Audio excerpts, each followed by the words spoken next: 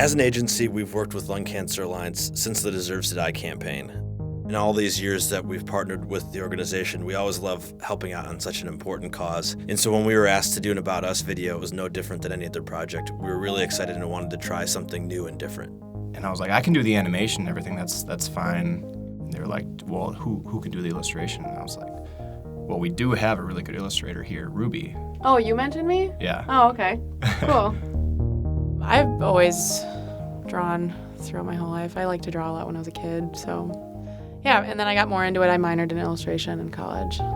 The characters, it took a lot of time to create these because Ruby had already created the characters, but in order to correctly import them into After Effects, you need to be able to separate the layers and rig them up so that the characters can actually move on their own. Like the head has to be separate on a layer, the eyes have to be separate, like each arm has to be separate, every single body part has to be on its own layer. So when you take those into After Effects, then you can rig up like a skeletal bone structure on the character. And so like when you move the neck, the arms and the hips and the legs all move accordingly. So we had to do that for every one of the characters, which I think there was like some 20-some characters.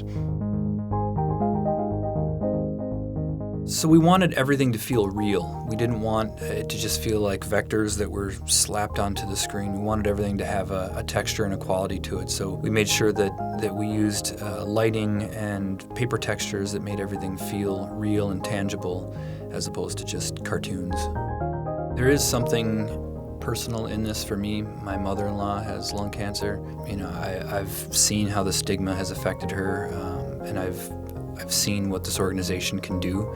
So this was important for us to put every bit of effort we could into it and push our skills and strengths as far as we could to do something great for them.